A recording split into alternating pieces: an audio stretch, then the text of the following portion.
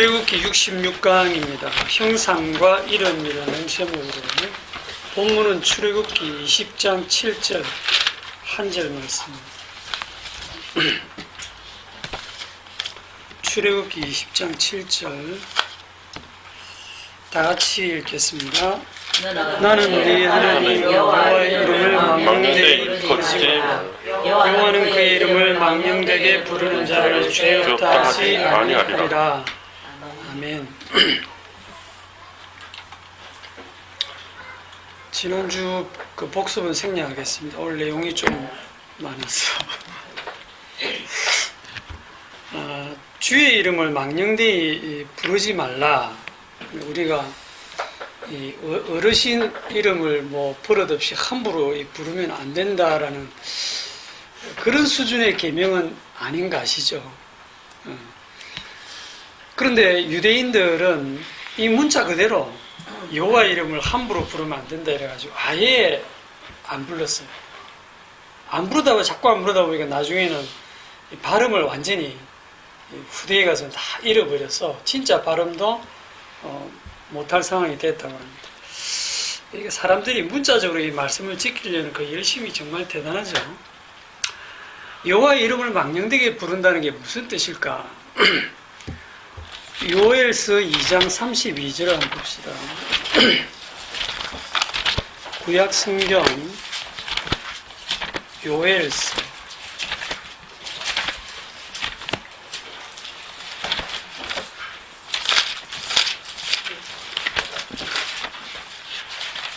구약 성경 몇 쪽이죠? 1272 1271 뭐 그 근처.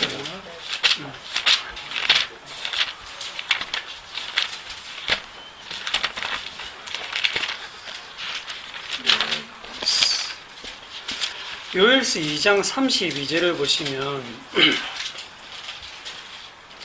누구든지 여호와의 이름을 부르는 자는 구원을 얻으리니 이렇게 시작되죠.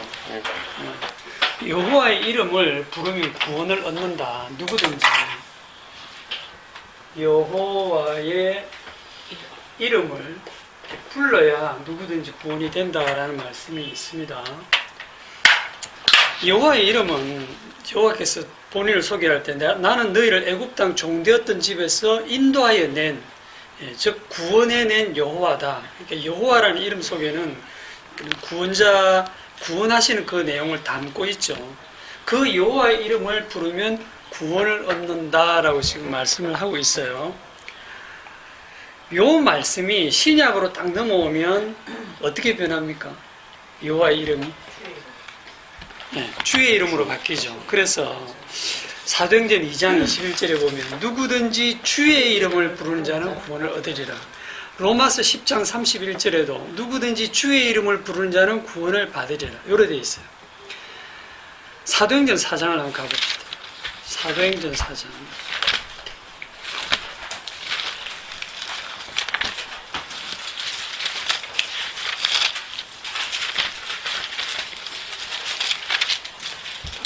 사장 8절.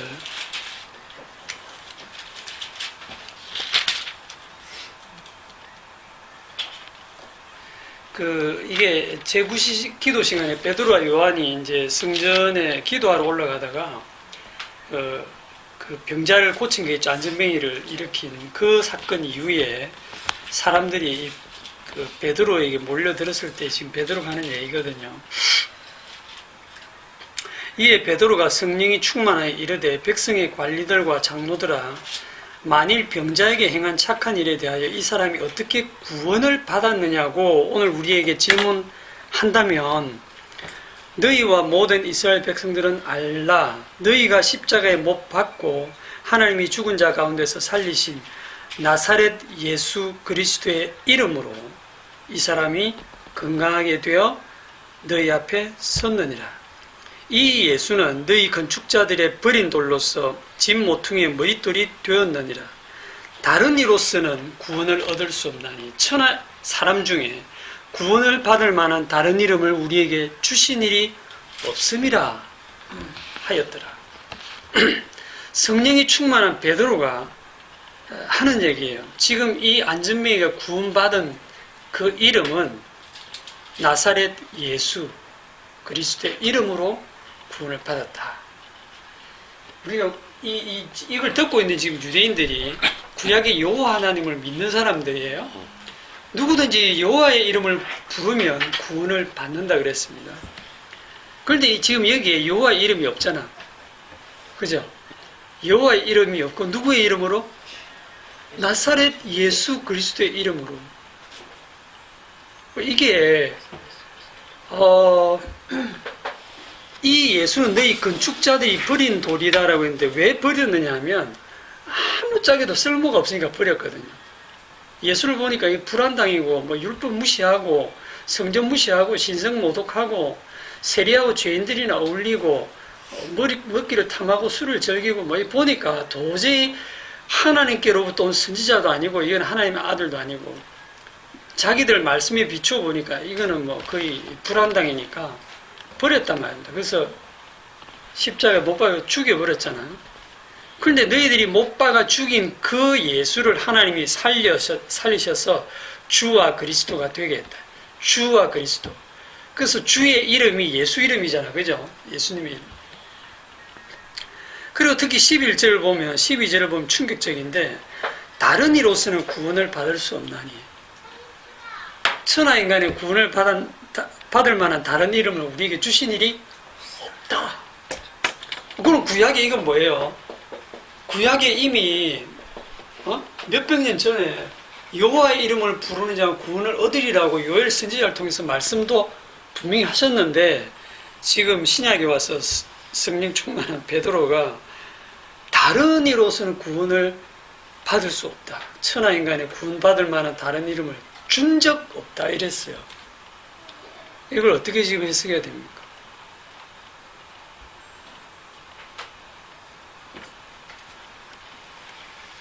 그 여호와라는 이름은 굉장히 우리도 지금 생각하면 참 그 높으신 하나님, 여호와 하나님 이렇게 생각하지만 나사렛 예수라고 하는 이름의 뜻이 뭐냐면 나사렛은 예수님이 자라나신 동네죠, 그죠? 태어나신 동네는 베들레헴인데 태어나자마자 헤롯이 예수님을 죽이려고 하다 보니까 그 아이를 데리고 애굽으로 피신했다가 나중에 헤롯 왕이 죽고 난 다음에 다시 돌아왔는데 그 아들 헤롯이 또 살아있으니까 이제 겁이 나서 베들레헴 못 가고 이제 나사렛이라는 동네로 갔거든요. 베들레헴도 꾸진 동네고 나사렛도 꾸진 동네예요. 오늘날로 치면 우리나라에서 제일 꾸진 동네가 어딥니까? 공식적으로 꾸진 동네. 어? 공식적으로. 영도. 영도. 영도 말고 저쪽 벽에 대지터널 아미동. 아미도 다들 그 성북고개 그뭐또 철왕구에 제가 살았던 간만동도 꾸집니다. 예. 완동도 꾸지고. 엄청 못 사는 동네들. 언양은 대도시입니까? 예, 언양 뭐, 언양 괜찮아요. 예, 아니 그것도 완행선언 데라서 좀 그런 들어가는 동네들. 예, 전이죠, 가면서 보니까 처음 느낌이 나대. 전이죠. 예, 옛날에 언양 참 촌이었는데 소 키우고. 그게 이름을 예를 들어서 예수님이 간만동에서 태어났다면 간만동 예수 이런 뜻이거든요. 나사렛 예수. 그래서 부산에 해운대 하면 잘 살고 전놈. 못 살고 전놈. 언양의 이병태 이름으로 이런 뜻이거든요. 들어보면 피 굳잖아, 그죠? 그게 뭔 이름이고. 그러니까 나사렛 예수 이러면 그 나사렛이라는 동네에 무슨 선한 것이 날 수 있느냐 할 정도로 무시했던 그런 시골 동네에 예수? 예수 뭔데? 목수 아들이잖아. 우리 걔 어릴 때 자라는 거 다 봤잖아. 우리랑 똑같은 사람이잖아. 그런데 그 나사렛 예수가 뭐? 그 이름으로 구원을 받는다. 이게 말이 안 되잖아, 그죠? 그러니까 구약의 여호와의 이름하고 신약의 나사렛 예수라는 이 이름, 그 무시한다는 뜻으로 이름을 앞에 나사렛까지 붙여가지고 나사렛 예수라고 했거든요. 여러분은 이 엄청난 이 이름의 갭을 어떻게 설명하시겠어요? 여호와는 분명히 하나님이신데 나사렛은 예수는 분명히 사람이란 말입니다. 우리랑 똑같이 살았던 이 엄청난 이 갭을 어떻게 설명하시겠어요? 설명할 마음 없어요. 집사님 하세요. 설명할 수 있죠. 이제 여러분들도 할 수 있어요. 왜냐하면 성경을 볼 때 어떻게 보라 했습니까? 구약부터 순서대로 보는 게 아니라 신약에서. 사도들이 성령 받고 기록을 한 이 신약의 성령을 받은 사람들은 십자가를 통해서 구약을 해석해야 된다 그랬죠. 실체가 누굽니까? 예수. 이분이 실체예요. 실체를 통해서 구약을 이렇게 보셔야 되는 거예요. 그러니까 진짜 그 실체는 누구냐면 예수라는 요 이름이 실체고, 요 실체가 구약에서는 그림자로 여호와의 이름으로 등장하신 거예요. 그림자가 더 멋지다, 그죠? 그림자가 더 위험이 있고 더 멋지고 찬란한데 어떻게 신약으로 넘어오면서 이렇게 초라한 볼품없는 이름으로 나타나셨을까? 이게 하나님의 크신 사랑인데, 그래서 오늘 그 제목이 형상과 이름이라고 붙인 이유가 그 하나님의 형상이 어떻게 해서 나중에 이게 이름에 담겨가지고 오시는가 하는 것을, 그 과정을 좀 설명하려고 제가 그렇게 정했습니다. 구약 성경에 능통한 유대인들 입장에서는 하나님에 대한 어떤 이미지, 어떤 형상을 갖고 있습니까? 하나님은 뭐 자기들 구약 성경에서 그 연구한 대로 하나님 여호와에 대한 이미지를 갖고 있겠죠. 시내산에서 나타난 그 두려움. 그 두렵고 무서운, 함부로 이름 부를 수 없는 그 지엄한 그 하나님, 좀 잘못하면 바로 막 심판하시는 그 하나님에 대한 이미지와 형상을 가지고 있었는데, 나사렛 예수라는 청년이 와가지고 내가 그와 동등한 하나님이다라고 하니까 이게 받아들일 수가 없는 거예요. 그런데 이분이 실체라고 하는 사실이 너무 놀랍거든요. 자, 그 과정을 한번 어떻게 해서 형상이 이미지가 되는지. 형상은 처음에 이름 짓는 것부터 시작이 됩니다. 창세기 5장으로 갔어요.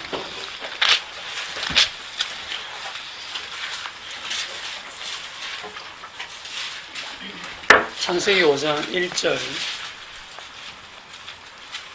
이것은 아담의 계보를 적은 책이니라. 하나님이 사람을 창조하실 때에 하나님의 모양대로 지으시되 남자와 여자를 창조하셨고, 그들이 창조되던 날에 하나님이 그들에게 복을 주시고 그들의 이름을 사람이라 일컬으셨더라. 자, 여기에 하나님이 사람을 창조하실 때 하나님의 모양대로, 이 모양대로를 다르게 표현하면 형상대로, 같은 말이라 했죠. 하나님이 형상대로 지으시되 남자와 여자로 창조하셨고 그들이 창조되던 날에 그들에게 복을 주시고 그들의 이름을 뭐라고 했다? 사람이라고 했다. 하나님의 형상대로 지으시고 이름을 사람, 이름 사람이다 이렇게 붙였습니다. 그러니까 이 형상을 담고 있다는 의미로 이름을 붙이신 거예요. 사람이라는 이름 안에는 하나님의 형상이 담겨 있는 겁니다. 그럼 다르게 얘기하면 하나님의 형상을 담고 있지 않을 때는 사람이 아닙니다. 아니죠. 하나님의 형상을 잃어버리면 사람이 아닙니다. 3절에 가면 아담은 130세에 자기의 모양, 곧 자기의 형상.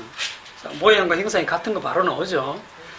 아담은 130세에 자기의 모양, 곧 자기의 형상과 같은 아들을 낳아 이름을 셋이라 하였고. 갑자기 갭이 탁 생겼어요. 자기의 형상. 예, 위에서는 하나님의 모양대로 했는데 3절에는 아담이 자기 모양, 자기 형상을 닮은 아들을 낳았다. 그 이름을 셋이라 했다. 갑자기 하나님의 형상이 사라지고 아담의 형상을 닮은 아이가 태어났는데 그 이름을 이제 셋이라고 붙였어요. 이름은 셋이고 그 다음에 뭐 아모스 뭐고 셋 다음에 에노스고 그러면 쭉 나오겠지만 이 모두가 다 아담 안에 들어있기 때문에 다 아담 1, 2, 3, 4 아담의 형상을 가지고 태어나요. 하나님의 형상이 사라졌죠. 하나님의 형상이 아담에서 사라지고 그 아담이 낳은 아이들은 전부 아담의 형상으로 태어나고 있습니다. 왜 그런 일이 있었죠? 그게 창세기 3장에서 선악과 묻고 죄를 짓고 난 다음 그 마귀의 유혹을 받아 선악과 묻고 죄를 지은 다음부터 하나님의 형상을 잃어버리고 아담의 형상, 그 아담의 형상은요 더 따라 들어가면 마귀의 형상이에요. 악마의 사주를 받은 형상이거든요. 악마의 욕심을 그대로, 너희 아비의 욕심을 그대로 행하고자 하느니라. 그 욕심을 그대로 행하는 모습이에요. 수직에 들어가면. 그러니까 하나님의 형상은 다 사라져버리고 3절부터는 아담의 형상을 입은 돌연변이들이 계속 태어나는 거예요. 왜 이 창세기 5장에서 갑자기 하나님의 형상과 아담의 형상을 거론하시냐면 범죄한 이후에 그 달라진 모습을 보여주기 위해서입니다. 그래서 창세기 5장을 쭉 읽으면 뭐가 나오냐면 이 셋은 4절에 아담은 셋을 낳은 후에 800년을 지내며 자녀들을 낳았고 그는 930세를 살고 죽었더라. 그 다음에 셋은 또 에노스를 낳았고 또 몇 세를 살고 죽었더라. 전부 읽어보면 누구를 낳고 몇 세를 살고 죽었더라, 살고 죽었더라, 살고 죽었더라, 살고 죽었더라로 5장이 다 채워지죠. 살고 죽었더라로 끝나요. 전부 죽었더라. 그러니까 하나님의 형상이 아닌 아담의 형상을 입은 이들에게서, 그러니까 이걸 정리를 한번 할게요. 하나님의 형상을 잃어버린 이후에 사람이라는 이제 이름이 없어진 거예요. 그래서 사람이라고 불러도 사람은 아닌 거예요.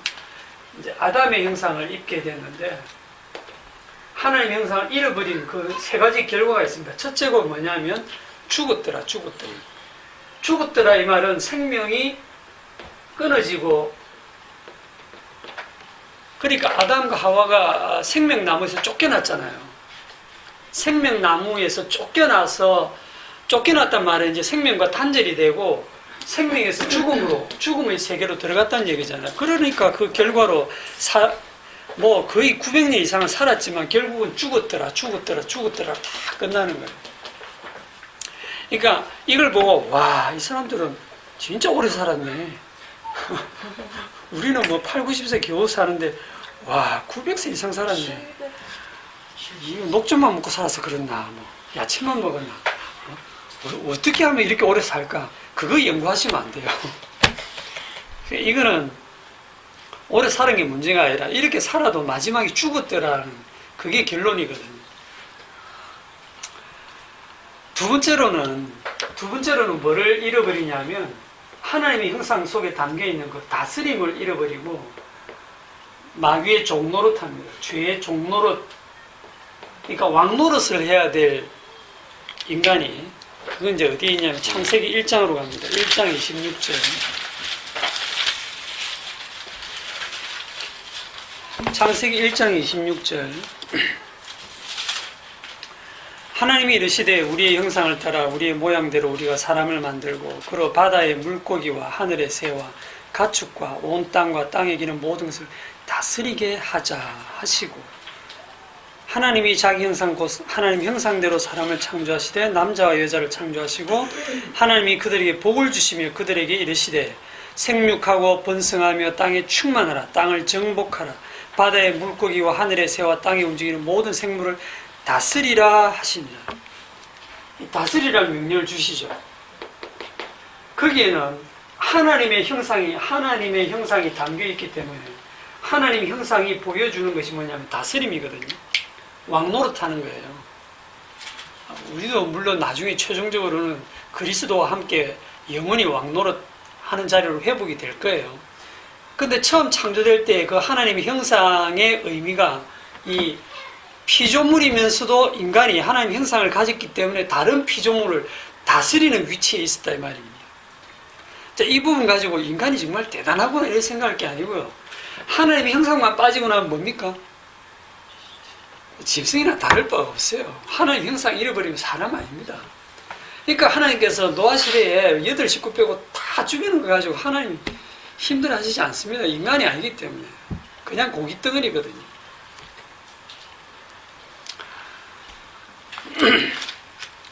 그래서 그 다음에 세 번째로 이제 다스림을 잃어버리고 그 다음에 이름이 사람이라는 이름에서 뭐로 바뀝니까?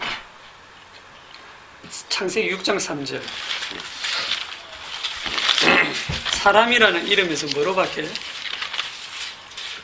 육시. 예, 육신으로 바뀝니다. 육신. 그냥 고기 덩어리다 이 말이죠. 죄 가운데서 태어난 몸이고 하나님의 형상이 담겨있지 않은 그 아담의 형상을 닮은 그 모든 아담들은 육신이다 이 말이에요. 육신. 마귀다 그지. 그러니까 사람은 뭐냐면 사실은 하나님의 영이 함께해서 육신에 하나님의 영이 함께한 그 상태가 영에 있는 상태인데 하나님의 영이 영원히 함께하지 아니하리라고 영이 떠나버리고 난 다음에는 그냥 욕망만 남아있는 먹고 마시고 시집가고 장가하고 하는 그런 욕구만 남아있는 육신으로 되었다 이 말입니다. 절망적이죠. 아담의 형상이 되고 나면 생명 잃어버렸죠. 죽음의 상태로 갔죠. 죽기를 무서워해서 평생 마귀에게 종노릇하면서 살죠. 사람 아니고 그냥 육신이죠. 이런 절망적인 상황에서 이 아담에게 하나님께서 생명의 언약을 하나 주시잖아요. 그게 어디 있습니까? 창세기 3장 15절.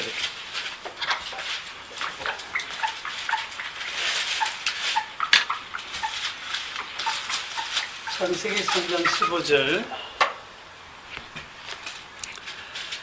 이게 이제 뱀에게 하시는 말씀 속에 아담에게 약속을 주시는 거예요. 15절. 내가 여호와 하나님이고 너로 뱀에게 하는 얘기예요. 너로 여자와 원수가 되게 하고 네 후손도 여자의 후손과 원수가 되게 하리니 여자의 후손은 네 머리를 상하게 할 것이요 너는 그의 발꿈치를 상하게 할 것이니라. 자, 뱀의 후손, 여자의 후손.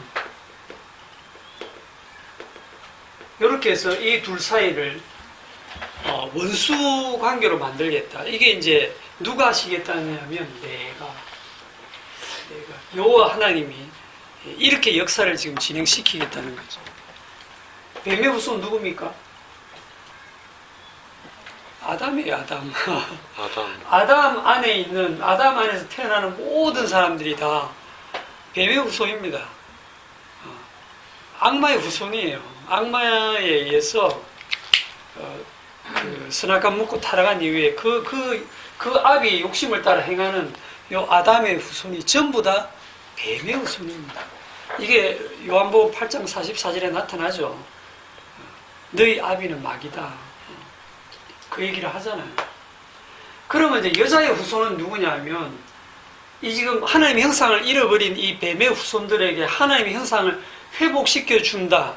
하나님의 형상을 회복하면 생명도 회복되고 다스리는 것도 회복되고 이름도 사람으로 회복되겠죠. 그렇게 회복시켜 줄 구원자로서 오실 분이 여자의 후손인데 이 여자의 후손이라는 이 말이 굉장히 참 하나님께서 기가 막히게 표현을 하신 거거든요. 여자의 후손이 누굽니까? 우리 이미 이제 답 알고 보잖아, 그죠? 답을 알고 보기 때문에 굉장히 쉬워요. 여자의 후손이 예수님이라는 건 알아요. 예수님이다. 우리 갈라디아서의 3장 16절에 예수님이다. 다 알고 있습니다. 그런데 아담이 딱 들었을 때는 어떻게 오해를 할까요? 여자라고 보면 둘러봐도 지금 여자가 하나뿐이잖아. 하와밖에 없죠. 그죠? 하와밖에 없잖아. 그러니까 저 여자의 후손에서 우리를 회복시켜줄 구원자가 오나보다. 그렇게 오해를 하겠죠. 자, 왜 여자의 후손이라고 선언이 되냐면 이 남자인 아담에게는 죽음이 선포됩니다. 너는 흙이니 흙으로 돌아갈지니라. 너는 흙으로 돌아가라. 그 말을 오해하면 안 돼요. 그러면 남자가 흙으로 돌아가면 여자는 안 돌아갑니까? 여자도 같이 돌아가죠. 여자도 죽습니다. 왜냐하면 우리가 생각하는 그 생물학적인 여자는 다 아담 안에 같이 포함되어 있기 때문에 역시 뱀의 후손에 포함이 되고 흙으로 돌아가요. 그러면 이 여자의 후손이 이 여자가 아닌 거지. 그죠? 여기서 이 주님이 말씀하시는 이 여자가 아닌 거예요. 여자는 씨가 없어요. 남자의 씨를 받잖아요. 아담의 씨를 받아서 여자가 아이를 낳잖아요. 그죠? 씨, 제라라고 하는 씨. 근데 씨가 없는 여자의 후손이다. 굉장히 역설적이거든요. 여자가 후손을 볼 수가 없는데, 그러니까 이 여자의 후손이라는 것을 조금만 생각해 보면 뱀의 후손에게서 나오지는 않는다는 걸 알 수 있죠. 그럼 뱀의 후손에게서 나오지 않으면 어디서 와야 돼요? 여기는 다 땅에서 난 거고 육신이고, 여기서 나지 않고 전혀 다른 데서 와야 되죠. 그죠? 그게 여호와 하나님으로부터 오셔야 된다고 하는 것을 여러분도 쉽게 이해하실 수가 있어요. 그러면 이 여자가 누구냐 하는 거 뭐 조금 얘기하고 갑시다. 여자가 누구냐라고 했을 때 저번에 한번 얘기한 적이 있는데, 여자가 누구라고 했어요 그때? 갈라디아서? 이거 이제 천주교 사람들은 마리아라고 생각하죠. 마리아가 여자니까. 동정녀 마리아가 예수님을 출생했으니까 그 마리아가 여자라고 생각하고, 여자의 후손을 저 여자를 마리아라고 보는. 근데 전혀 그렇지 않습니다. 갈라디아서 4장.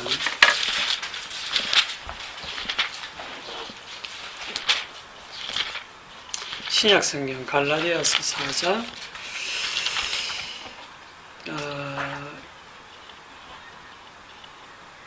22절부터 볼게요. 기록된 바 아브라함에게 두 아들이 있으니 하나는 여종에게서 하나는 자유 있는 여자에게서 낳았다 하였으며, 여종에게서는 육체를 따라 낳고 자유 있는 여자에게서는 약속으로 말미암았느니라. 자, 여종에게서는 누구를 따라 낳았어요? 육신, 이 육체를 따라 난 자는 전부 다 뱀의 후손 아담의 형상을 갖고 있습니다. 그런데 자유 있는 여자에게서는 뭐로 말미암았다? 약속으로 말미암았느니라. 그래서 약속의 자녀, 약속의 씨라고도 얘기하죠. 약속의 자녀. 요거를 조금 더 가보면, 너희가 육체로 시작했다가 성령으로 시작했다가 육체로 마치겠냐, 이런 말씀이 있죠. 이 약속을 성취하시는 분이 성령이거든요. 성령. 구체적으로 예수님이 성령으로 잉태하시죠. 육체로 잉태하는 게 아니고 성령으로 잉태하여 마리아의 몸을 통해서 나시잖아. 그죠? 그러니까 이 위로부터 오신 성령, 약속의 성령, 약속의 자녀. 결국 육체로부터 나지 아니하고 그 하나님의 그 언약을 통해서 나시고, 그 언약을 지금 이루시는 분이 이제 성령으로 나타나고, 이 성령은 따지고 보면 예수 그리스도의 영이에요. 이렇게 하면 거의 답을 다 얘기했다, 그죠? 그래서 이 여자의 후손은 절대로 이 뱀의 후손인 아담의 후손 속에서 나올 수 없고, 완벽하게 주님 쪽에서, 하나님 쪽에서 오셔가지고 하나님의 형상을 회복할 건데, 자, 하나님의 그 부분을 조금 들어가기 전에, 아담이 그 다스리는 그 일을 할 때 제일 먼저 한 게 뭡니까? 하나님이 다스리라고 하면서 제일 먼저 시킨 일이 뭐죠? 이름 짓는 일이죠. 그죠? 그래서 창세기 2장 19절을 보면, 창세기 2장 19절에 보면,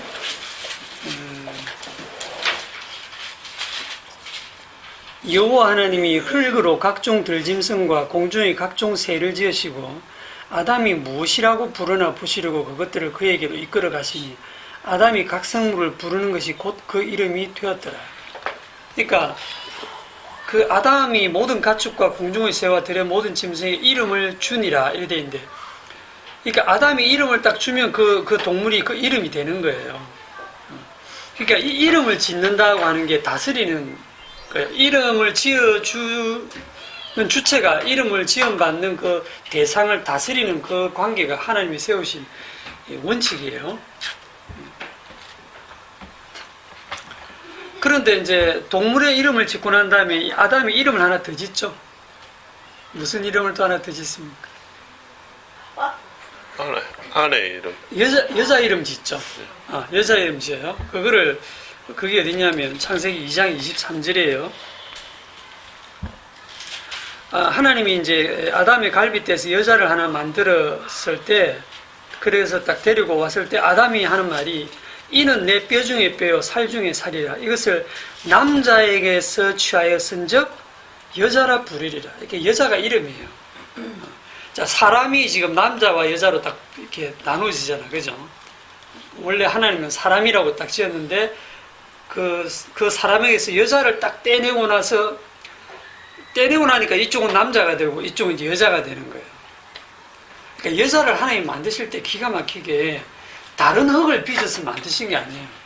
그냥 흙으로 아담 하나만, 딱 사람 하나 만들고 거기서 그 몸에서 갈빗대를 떼내서 여자를 만들고, 그럼 상대적으로 이쪽은 남자고, 그래서 남자와 여자가 연합해서 한 몸이 되어서 둘이 한 몸을 이룰지노라. 이게 이제 거기에 나오는 내용인데, 이 내용도 결국은 남자 여자가 그냥 결혼해서 한 몸을 이루고 행복하게 살아라 그런 의미가 아니고, 신약으로 가보면 이게 교회와 그리스도의 관계를 얘기하는 거죠.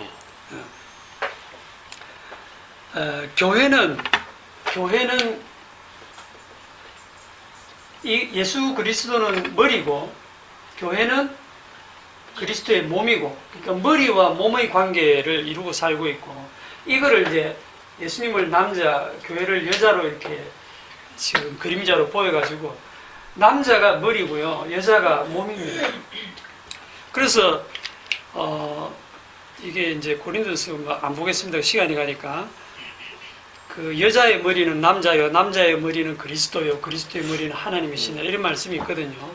그래서 이 사람의 대표는 남자예요. 그러니까 듣는 여자분들 기분 나빠하지 마세요. 이거는 하나님께서 그렇게 취하신 거예요. 그래서 그런데 이제 남자들은 또 봐라, 성경에 이래 돼 있으니까 니는 내 말 들어, 이렇게 해서 이제 남자가 물론 여자를 다스리는데, 그 다스림이 뭐냐면 머리 대신 예수님께서 교회를 자기 몸처럼 사랑하셔서 자기를 이제 희생하고 자기 몸을 바쳐서 사랑한 그 사랑으로, 그 희생과 그 사랑이 담긴 게 그게 다스림이에요. 우리들이 생각하는 막 굴림하고 이런 게 아니고.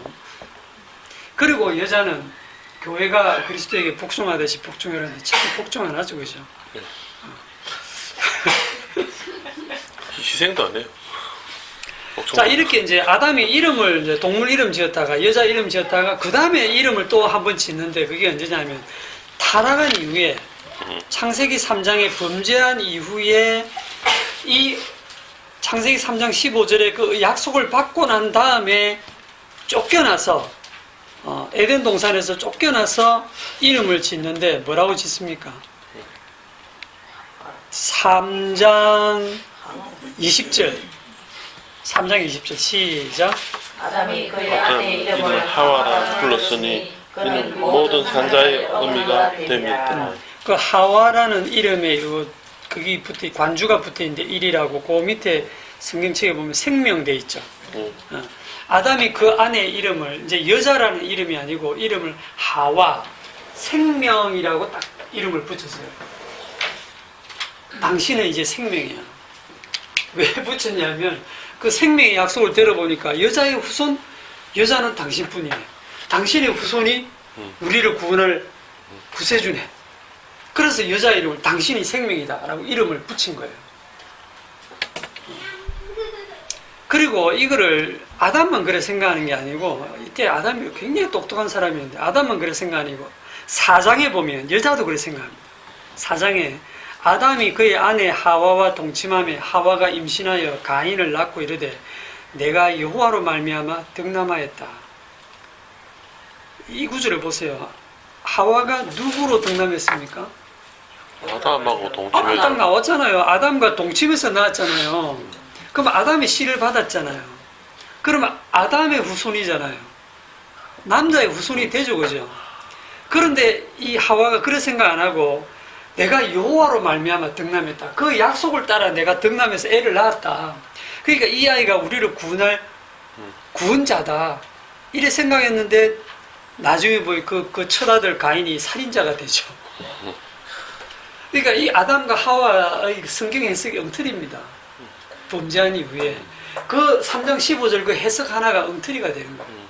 그러니까 인간이 생각하는 하나님의 말씀에 대한 이해는 하나님은 그 인간의 기대와 생각을 완전히 벗어나시기 일을 해요. 그러니까 여자의 후손이 누군지 모릅니다.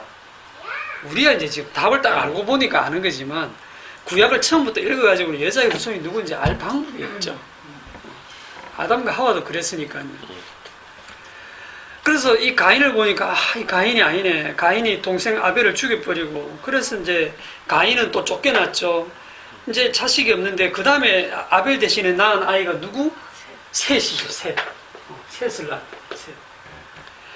그리고 그 뒤에 가보면 이 셋이 어디 있습니까?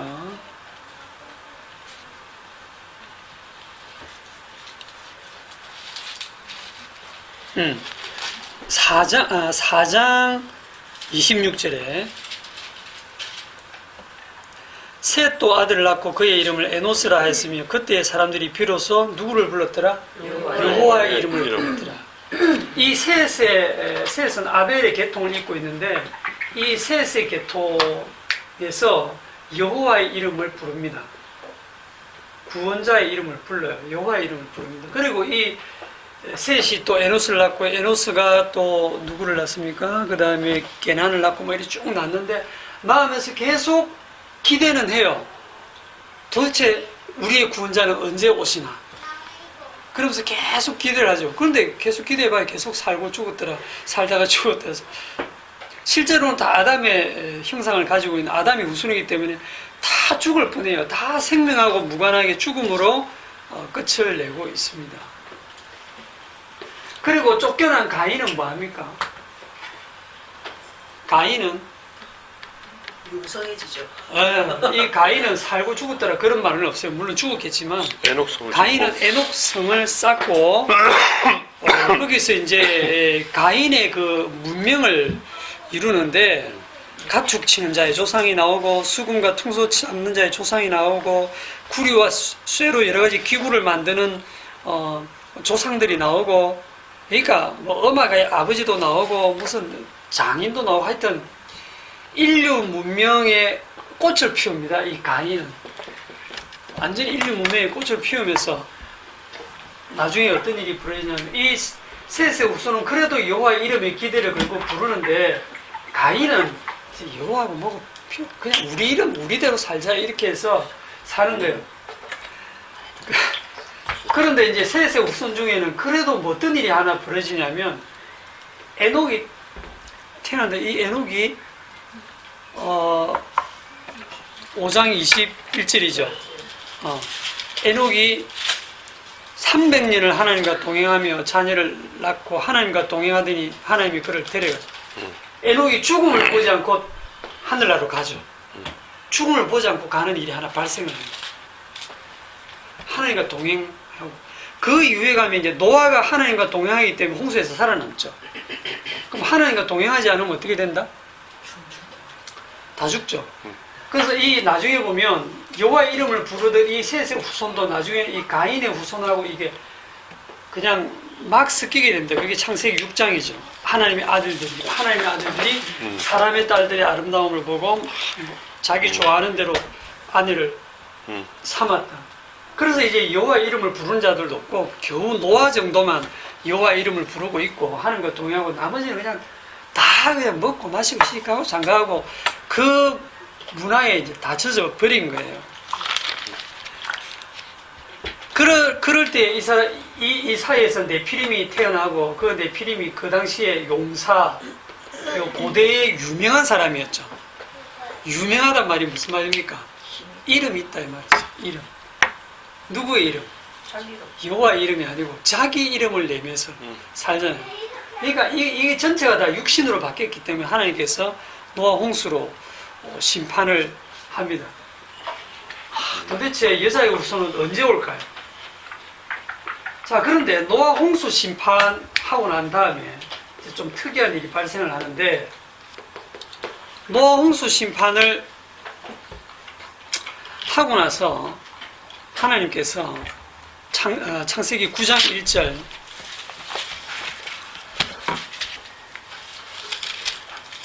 창세기 9장 1절에 보면 하나님이 노아와 그 아들들에게 복을 주시며 그들에게 이르시되 생육하고 번성하며 땅에 충만하라. 땅의 모든 짐승과 공중의 모든 새와 땅에 기는 모든 것과 바다의 모든 물고기를 너희를 두려워하리니 너희를 무수하리니 이것들은 너희 손에 붙였습니다. 이 구절을 보면 마치 창세기 1장 읽는 것 같죠? 처음에 아담 창조, 하나님이 형상대로 창조하고 다스리게 하는 거하고 똑같은 지금 패턴으로 말씀하시잖아요. 무슨 의미냐면 노아 홍수를 통해서 하나님이 지금 새 창조를 하셨다라는 얘기를 하시는 거예요. 그러니까 심판을 통한 새 창조를 하셨다는 거예요. 심판을 통해서. 예. 심판을 통해서 하나님이 새롭게 창조를 해서 그 새롭게 창조된 그 인간이 이제 하나님의 형상을 회복한 인간이라고 하는 그거를 지금 어떤 모형으로서 지금 보여주고 있습니다. 그러면 홍수 전의 인간하고 홍수 이후의 인간이 뭐가 다르냐? 자, 홍수 이후에는 노아 8식구만 살아남았잖아. 그죠? 살아남은데 그 노아 8식구가 지금 새로운 피조물인 거예요. 하나님이 심판을 통해서 새롭게 만들어낸 인간들이란 말이죠. 뭐가 달라졌어요? 인간 달라진 거 하나도 없죠. 선악과 먹고 선악을 아는 거 똑같고, 본성 똑같고, 뭐가 달라지냐면 딱 달라진 거 하나죠. 정결한 짐승의 피로 너희들이 구원받았다는 거. 그거 증거하라는 거죠. 정결한 짐승의 피가 굉장히 중요합니다. 정결한 짐승의 피의 희생을 보여주기 위해서 얘들을 살린 거예요. 정결한 짐승의 피의 희생을 증거하기 위한 구원을 베푸신 거예요. 그래서 구원을 베푸셨는데 그 정결한 짐승의 희생, 그 죄를 덮어주는 그 은혜를 증거하지 못하면 저주받죠. 그렇게 저주받은 사람이 누구? 가나안이죠. 그리고 그 허물을 덮어주시는 그 은혜를 알고 그렇게 한 셈과 야벳은 복을 받잖아요. 셈의 하나님 여호와를 찬송할지니라 하고.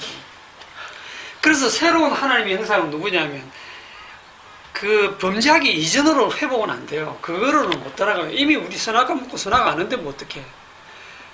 그러면 거기에 어떻게 하나님의 형상을 회복하느냐 하면 그 죄를 덮어주시는 그 하나님의 그 여자의 후손의 그 희생, 그 고난, 그 희생을 통해서 그 죄를 덮어주시는 그거를 아는 자들이 이제 새로운 피조물로 태어나는 겁니다. 그러니까 신약식으로 얘기하면 십자가의 희생을 무시하면 저주받는다 그런 얘기죠. 조금 어려워졌죠. 자, 노아 홍수 이후에도 인간들은 달라진 게 하나도 없어요. 조금 시간이 지나면서 창세기 11장에 가면 무슨 짓을 합니까? 바벨탑을 쌓죠. 바벨탑 쌓으면서 하는 말이 뭡니까? 자, 우리가 성과 대를 쌓아 대 꼭대기를 하늘에 닿게 하여 우리 이름을 내고 온 지민의 흩어짐을 면하자. 우리 이름을 내자. 이렇게 나오거든요. 고대에 유명했던 그 사람들처럼 이제 또 자기들 이름을 내겠다는. 하나님이 그래서 그들을 쓸어버리셨는데 또 홍수 이후에도 자기 이름에 기대를 걸고 자기 이름을 위해서 산단 말입니다. 그런데 하나님이 노아 홍수 때 약속하신 것처럼 다시 홍수로 멸하지는 않으세요. 그냥 내려오셔가지고 막 언어를 혼잡해서 흩어버리셨죠. 흩어버리셨어요. 자기 이름에 기대를 거는 자를 다 흩어버리셨어요. 하나님의 관심은 여자의 후손밖에 없습니다. 그래서 바벨탑 사건 이후에 하나님이 새로운 이름을 가진 한 사람을 선택을 하는데 그게 창세기 12장이죠. 창세기 12장 1절 여호와께서 아브라함에게 이르시되 너는 너의 고향과 친척과 아버지의 집을 떠나 내가 네게 보여줄 땅으로 가라. 내가 너로 큰 민족을 이루고 네게 복을 주어 내 이름을 창대하게 하리라. 내 이름을 창대하게 하리라. 너는 복이 될지라. 이래 나오잖아, 그죠? 지금 여러분 보세요. 이름을 창대하게 하신다 이 말이 앞에 창세기 11장에서 대화 꼭대기를 높게 쌓아서 우리 이름을 내고 우리 이름을 창대하게 하자는 그거랑 딱 대비되죠. 인간들이 자기 이름 내려고 하는 건 하나님이 다 박살 내버리시고 하나님이 주신 그 이름 하나를 창대하게 하겠다는 거예요. 하나님이 주신 이 이름. 이걸 쭉 따라가면 그 아브라함의 그 언약이 어디로 이어지냐면 아브라함의 그 후손, 그 씨가 누구까지 이어지냐면 예수님으로 가죠.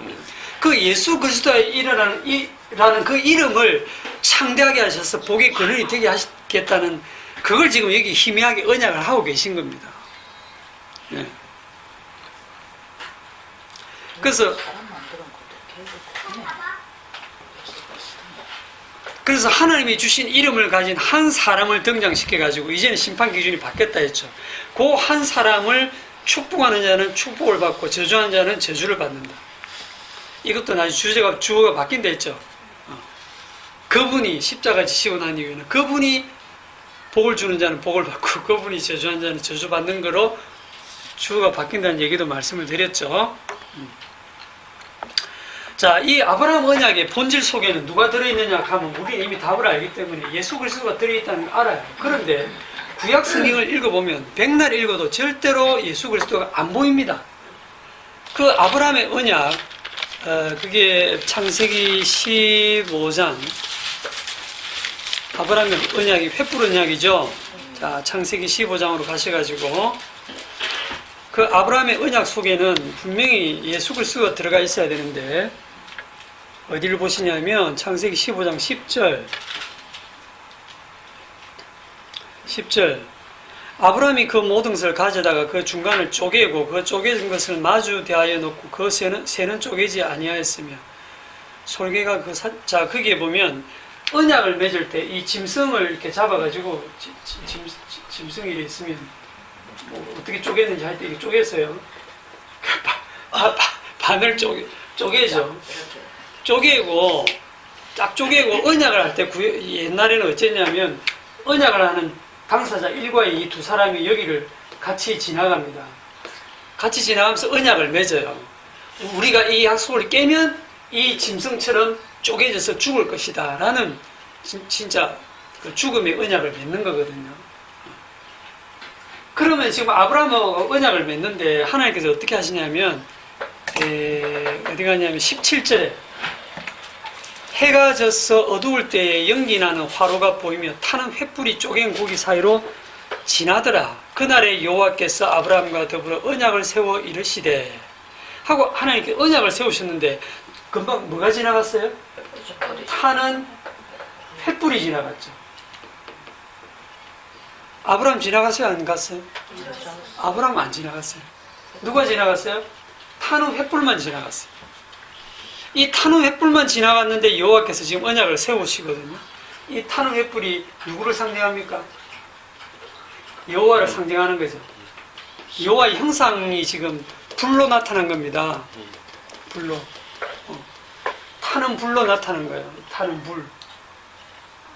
그래서 여호와 홀로 지나가셨다는 얘기는 무슨 얘기냐면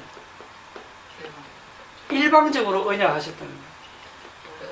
아브라함은 아무 책임이 없어요. 쌍방 언약이 아닙니다. 아브라함은 그냥 정신없이 구경하고 있고 하나님 혼자 지나가신 거예요. 내가 이거 안 지키면 내가 죽겠다는 그 언약을 하나님 혼자 지나가시면서 한 거예요. 자, 타는 횃불의 지금 형상으로 구약에서는 나타나요. 이 타는 횃불 보고 예수님이라고 생각하는 사람은 아무도 없을 거예요. 근데 성경에 처음 등장한 불이 어디에 나옵니까? 성경 처음에 나옵니다. 아담과 하와를 에덴 동산은 생명나무에서 쫓아내시고 두루 도는 화염금, 불 붙는 금으로 그룹 천사들이 지키죠. 생명나무를 지금 불로 지키고 있어요. 생명나무를 불로 딱 지키고 있다는 얘기는 인간들이 돌아올 수 있어요, 없어요? 돌아오면 불심판으로 다 죽습니다. 다 죽습니다. 그러니까 인간 쪽에서 생명으로 찾아가는 길은 가능하다, 불가능하다. 생명과 요 인간은 차단된데 여기에 불로서 지금 하나님이 지키고 계시단 말이에요. 가까이 오면 다 죽인다는 거예요. 이게 뭐 네가 누구냐 이거 뭐 조사할 것도 없어요. 인간은 생명 쪽으로 하나님 쪽으로 다가오려고 하면 다 불타 죽는다 이런 얘기입니다. 아무리 기도해도 안 돼요. 아무리 성경 공부해도 안 됩니다. 원어 분석 백날 해가지고 성경 공부를 잘해서 예수를 열심히 믿어도 안 됩니다. 그건 사람이 믿는 거예요. 자기가 믿어서 자기가 구원의 확신을 가졌다. 그 얼마나 웃기는 소리입니까? 자기가 구원의 확신을 가져가지고 저 구원의 확신이 있습니다 하고 가까이 가면 타 죽어요. 백날 구원의 확신을 가지고 가보세요. 지옥 가라 그러세요. 치매 걸리면 끝인데 인간 쪽에서는 죽었다 깨어나도 안 된다는 겁니다. 맨날 사람 성장, 교회 성장, 성교 성장, 백날 헛짓이에요. 그런 분들에게 백날 이거 얘기해도 못 알아먹어요. 인간 쪽에서는 안 된다니까. 그럼 방법은 없느냐? 없죠. 없어요. 인간 쪽에서는 불가능하다. 그런데 언약하신 그분이 생명나무 되시는 그분이 여자의 후손을 보내주겠다 약속했잖아요. 그래 이 여자의 후손이 오시는데 이렇게 이제 생명 쪽에서 인간 쪽으로 다가오시잖아요, 그죠? 다가오시는데 그냥 오시는 게 아니에요. 불을 앞세우고 찾아오시는 거예요. 먼저 불을 앞세우고 찾아오시는 거예요. 불이 뭘 상징한다? 그렇죠. 심판을 상징합니다. 일단 심판에서 다 죽여야 돼요. 노홍수처럼 다 죽이고 새로 창조해요. 재창조를 하시는 거예요. 그래서 불의 형상으로 오세요, 하나님은. 그래서 성경을 보면 하나님 나타나실 때 모세에게 나타날 때도 가시 등불에 불 붙은 형상으로 나타났잖아요, 그죠? 불의 형상으로 하나님 나타나셨어요. 이스라엘 백성들이 전부 모여있는 그 시내산 꼭대기에도 뭡니까? 불이 붙어 있잖아요. 불 붙는 맹렬한 불 가운데서 하나님 음성이 들리잖아요. 그러니까 얼마나 두렵고 떨립니까? 백성들이 우리한테 직접 말씀하지 마세요. 두려워 죽겠습니다. 당신이 듣고 우리한테 전해주세요 할 정도로 공포스러웠다니까요. 이 불로서 찾아오시는 분이 누구냐 하면 이 생명나무가 예수 그리스도거든요. 그러니까 생명나무를 가지고 계신 그분이 오시는데 구약에서는 불을 앞세워 찾아오신다 이 말입니다. 불을 앞세워. 이 불을 앞세워 찾아오시는 분이 이제 사사기에도 나옵니다. 사사기 13장으로 가겠습니다.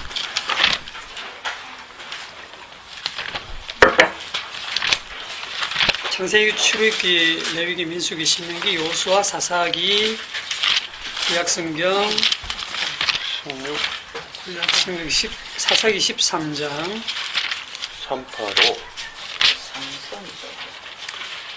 13장 17절 삼손 잘 아시죠? 네. 삼손의 부모에게 지금 이 블레셋 사람들에게 지금 이스라엘 백성들이 고통을 당할 때 이 삼손의 부모에게 여호와의 사자가 지금 나타난 장면입니다. 전체를 다 보기가 힘드니까 17절부터 볼게요.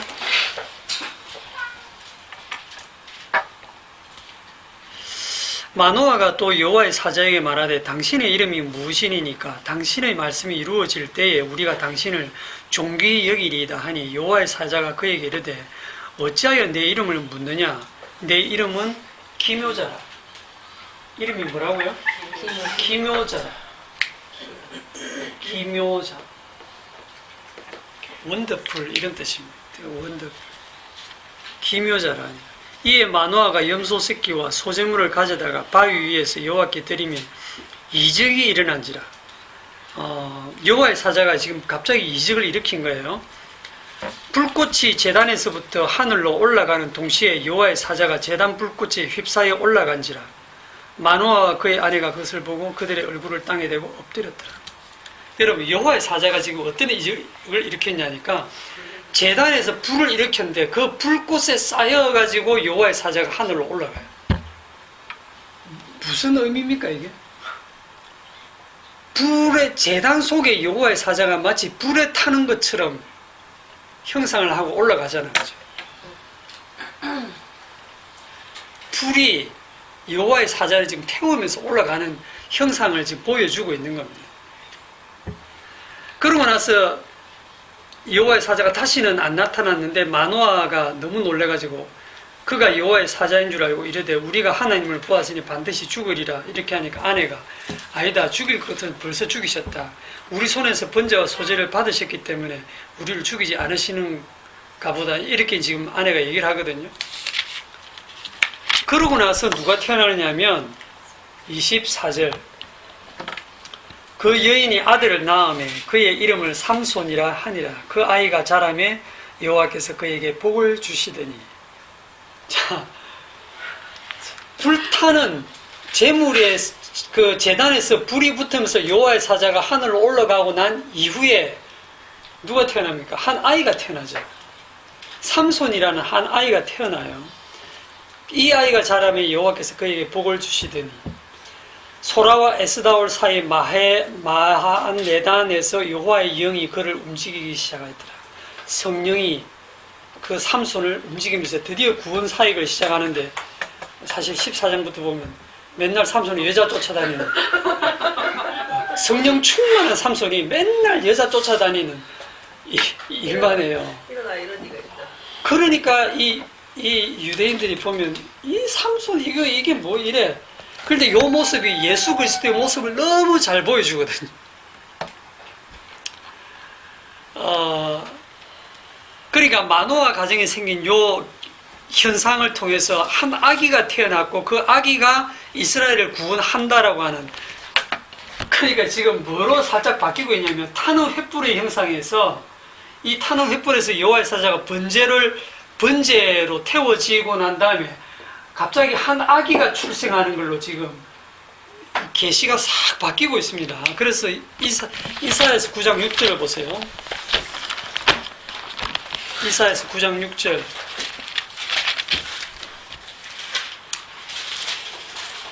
이사야 9장 6절 구약성경 970쪽 이사야서 9장 6절 다 같이 읽겠습니다. 이는 한 아기가 우리에게 낳고 한 아들을 우리에게 우리에게 주신 바 되었는데 그의 어깨는 정사를 메었고 그의 이름은 기묘자라 못사라 전능하신 하나님이라 영존하시는 아버지라 평강의 왕이라 할 것입니다. 이사야가 예수님이 탄생하기 400년 전쯤에 이 예언을 합니다. 한 아기가 우리에게 낳고 한 아들을 우리에게 주신 바 되었는데 그의 어깨에는 정사를 메었고 이게 다스린다고 하는 거거든요. 그의 이름은 기묘자라, 원더풀, 모사라, 카운셀러, 전능하신 하나님이라, 영존하시는 아버지라, 아버지와 나는 하나이니라, 평강의 왕이라, 혼자 다 하시죠. 모든 이름을 다 가지셨죠. 그의 이름이 이런 걸 다 가진 이름을 가진 한 아기가 우리에게 태어날 것이다. 그렇게 지금 언약이 되어 있습니다. 그러니까 두렵고 무서운 불의 형상으로 구약에서 그렇게 나타났던 그 여호와가 지금 한 아기로 우리 가운데 오신다고 하는 거예요. 분위기가 완전히 바뀌죠.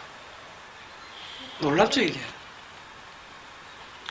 그러니까 하나님의 형상이 불의 형상을 가지고 있다가 갑자기 한 아기로서 어떤 이름을 가지고 이 땅에 오실 것을 지금 얘기를 하는데 이제 신약으로 확 넘어가겠습니다. 뛰어넘어서 마태복음 3장 11절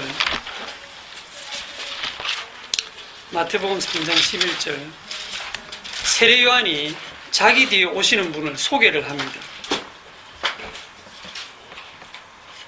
나는 너희로 회개하게 하기 위하여 물로 세례를 베풀거니와 내 뒤에 오시는 이는 나보다 능력이 많으시니 나는 그의 신을 들기도 감당하지 못하겠노라. 그는 성령과 불로 너희에게 세례를 베푸실 것이요. 자, 그는 성령과 불로 너희에게 세례를 베푸실 것이요. 그리고 자기의 타작마당을 정하게 하사 알곡은 모아 곡간에 들이고 쭉정이는 꺼지지 않는 불에 태우시리라. 요게 심판이잖아, 그죠? 왜 세례 요한이 자기 뒤에 오시는 그분, 그 구원자로 오시는 그분, 이 두 가지를 가지고 온다고 했을까? 첫째, 이 불은 뭘 상징한다 했죠? 심판을 상징한다 했죠. 불심판요. 꺼지지 않는 불에 태우리라. 그리고 이 성령께서는 구원하시는 일을 하시거든요. 심판과 구원의 일을 동시에 하실 분으로 오십니다. 심판을 하시고 나서 새 창조를, 즉 구원을 하신다, 그런 의미거든요. 그러니까 예수님께서 성령과 불로 지금 찾아오시는 것으로 지금 얘기를 하고 있습니다. 누가복음 12장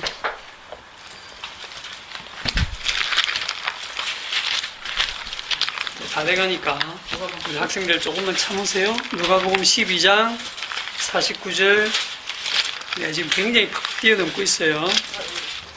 누가복음 12장 49절.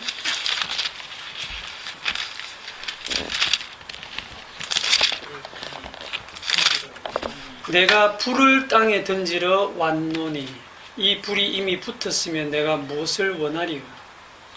나는 받을 세례가 있으니 그것이 이루기까지 나의 답답함이 어떠하겠느냐. 자, 예수님께서 지금 여기서 하신 말씀 중에 나는 받을 세례가 있다, 아직 받지 못한 세례가 있다, 이 말이죠. 그런데 예수님께서 물세례 받으셨죠. 요한에게. 세례 요한에게 물세례를 받으셨어요. 성령 세례 받았습니까? 물세례 받고 올라오실 때 하늘이 열리면서 성령이 비둘기같이 임했잖아요. 예, 물세례 받으셨어요. 성령 세례 받으셨어요. 그러면 이제 남아있는 한 가지가 뭐겠습니까? 불세례죠. 불세례.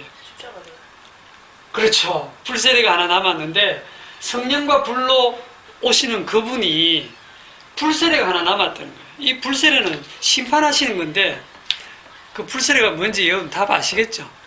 뭡니까? 십자가죠. 그런데 이 십자가가 그 불세례를 이 인간들에게 주는 게 아니라 그 불세례를 본인이 받는 거예요. 본인이 불세례를 받으시는 겁니다. 요한일서 5장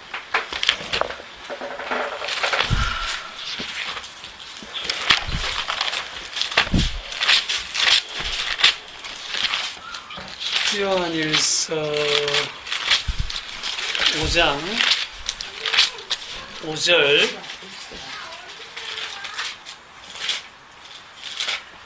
요한일서 5장 5절. 예수께서 하나님의 아들이심을 믿는 자가 아니면 세상을 이기는 자가 누구냐? 이는 물과 피로 임하신 이시니 곧 예수 그리스도시라. 물로만 아니요 물과 피로 임하셨고 증언하는 이는 성령이시니 성령은 진리니라.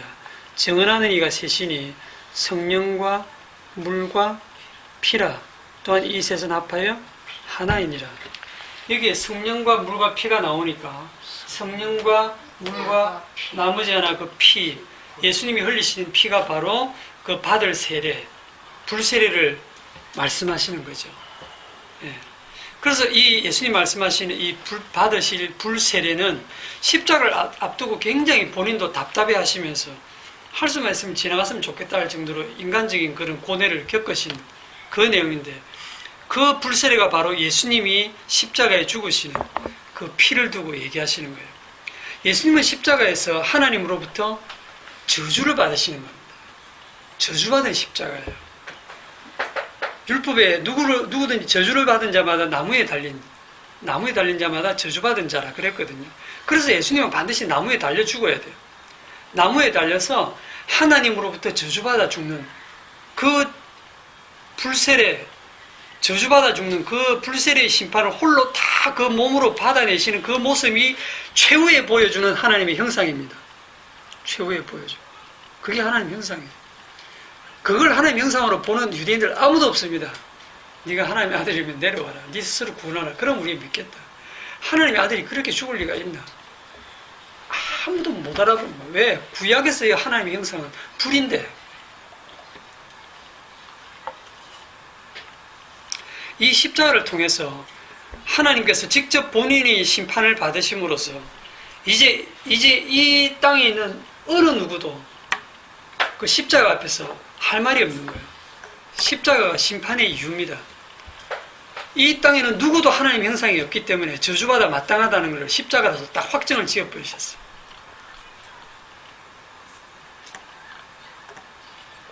마지막으로 로마서 8장 29절에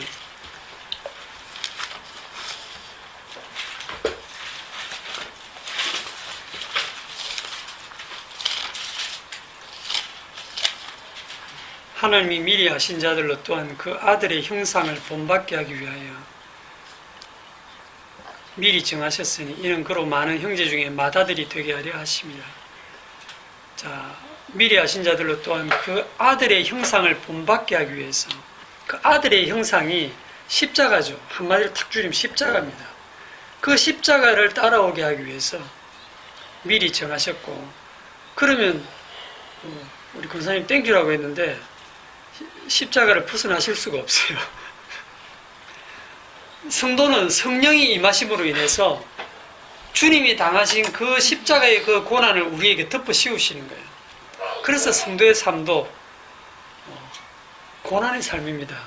현재의 삶은 장차는 나타날 영광과 좋게 비교할 수는 없는 그런 고난의 삶으로 우리를 인도하시는 거예요. 자, 빌립보서 2장 마지막에 내놓고 미안해요. 빌립보서 2장 끝으로 빌립보서 2장 5절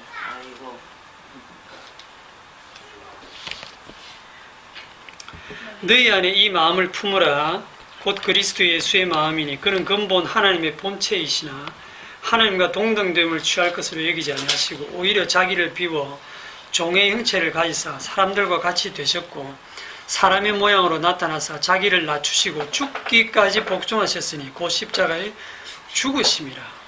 이게 예수 그리스도입니다.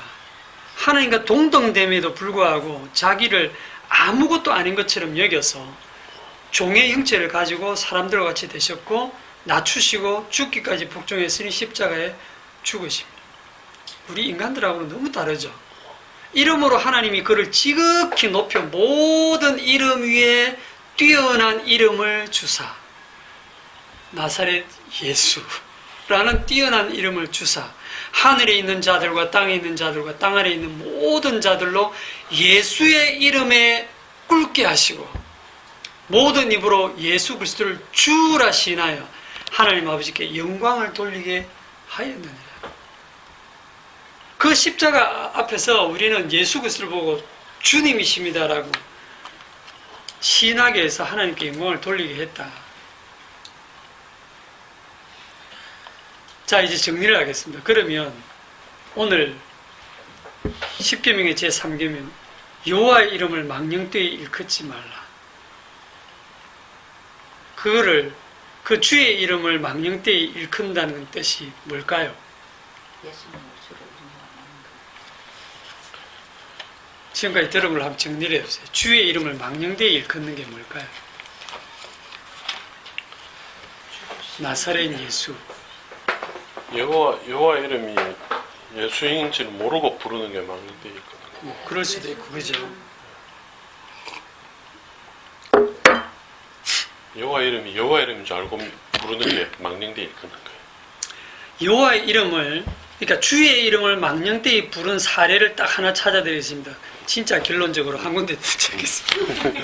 마태복음 7장, 종말로 마태복음 7장 주의 이름을 망령되이 부른 사람들을 딱 사례를 보면 좀 설명이 되시겠죠. 7장 21절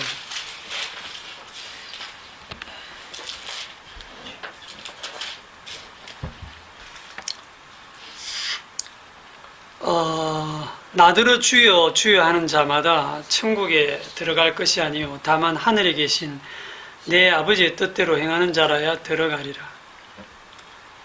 여러분들 이 구절을 읽으면 내 아버지의 뜻대로 행하는 자가 되고 싶죠.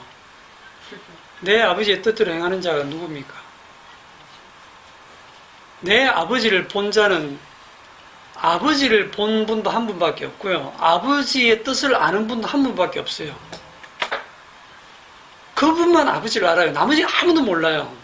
그러면 아버지의 뜻대로 행하는 자가 누굽니까? 예수님밖에 없어요. 그러니까 나더러 주여 주여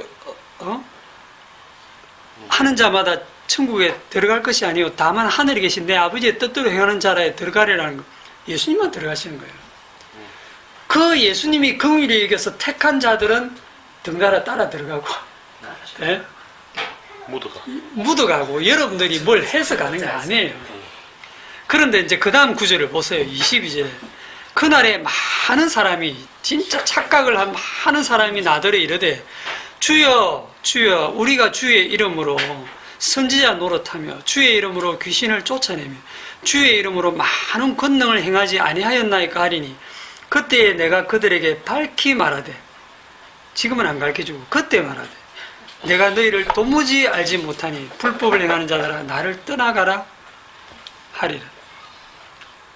여러분 여기서 주여 주여 하는 이 사람들이 주의 이름으로 행했습니다. 자기 이름으로 행한 거 아니에요. 자기 이름 걸고 일한 게 아니라니까요. 주의 이름으로 선지자 노릇했어요. 주의 이름으로 목사 노릇했고 주의 이름으로 선교사 일도 하고 주의 이름으로 귀신을 쫓아내니까 진짜 귀신도 쫓겨나왔고 신기하지 않습니까? 주의 이름으로 많은 병도 고치고 권능을 행해지더라는 거죠. 그런 일이 일어나는데 자기가 주의 이름으로 행하는데 그런 일들이 일어나면 야 정말 주님이 나를 아시는구나 그런 생각 안 하겠어요. 당연히 하죠. 뭐가 잘못됐습니까? 이러면 여기서 잘못된 걸 찾으셔야 돼요. 우리가 지가 했다는데요. 그쵸? 뭘 잘못했다고요? 우리가 했다는데요.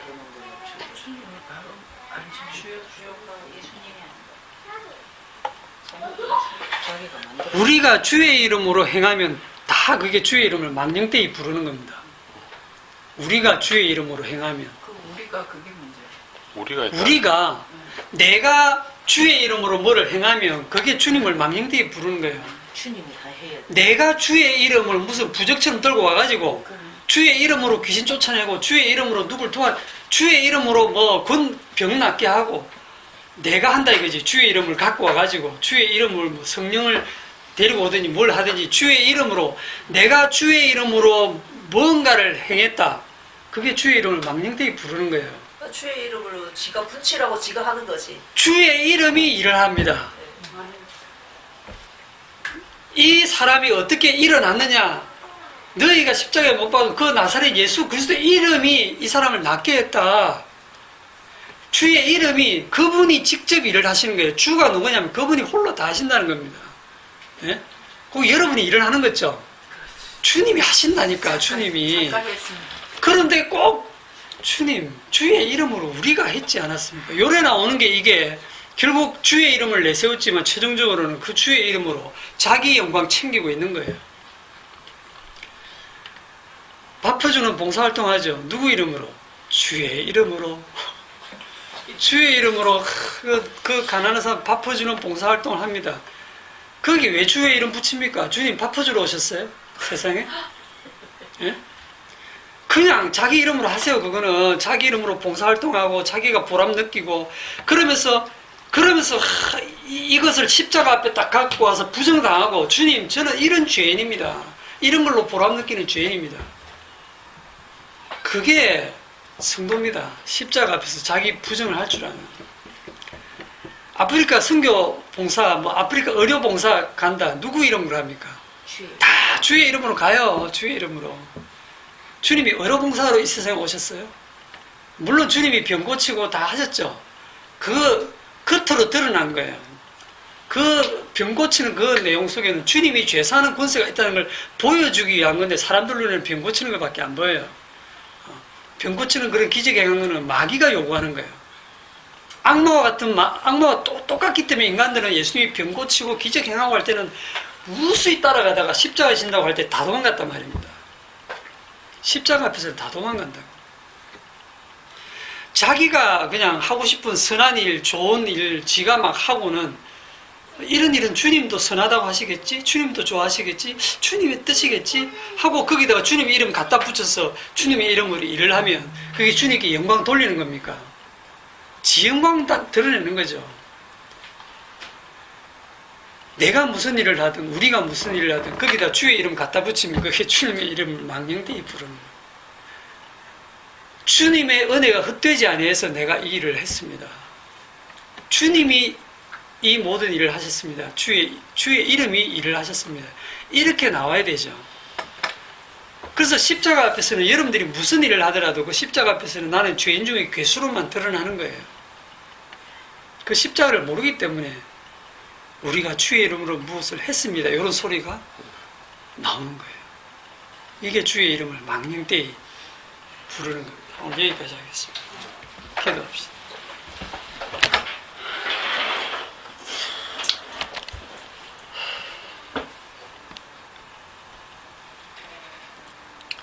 십자가에서